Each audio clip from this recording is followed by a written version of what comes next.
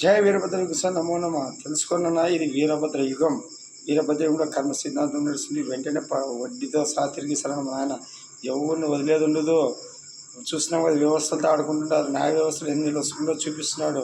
ఎంత చూడండి, మీరు నెయ్యిలో కల్తీ లేదంటే ఒకటే చెప్తాను ఆన్సర్ మీకు. 320 రూపాయలకి ఏ ఆవు నెయ్యి స్వచ్ఛమైన నెయ్యి వస్తుందో మనము ఇక్కడే మనం తెలుసుకోవాలి. జడ్జి గారు మనం ఆలోచించాలి. ఒక మనిషిగా 320 రూపాయలకు ఆవు నెయ్యి తెచ్చి భారతదేశంలో కానీ ప్రపంచ దేశాల్లో అక్కడ 320 రూపాయలకు స్వచ్ఛమైన ఆవు నెయ్యి ఉంటుందా కల్తీ లేకుండా.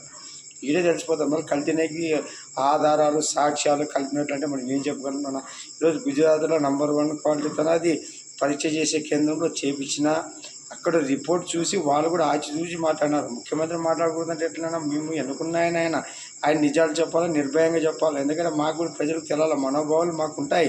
కానీ ఇది ఇట్ట చేసి ఇంకెన్ని రోజులు సాగుతుంది. రేపొద్దున భయం అనేది కలుగుతుంది. నెక్స్ట్ వచ్చేవాళ్ళు భయపడతారు.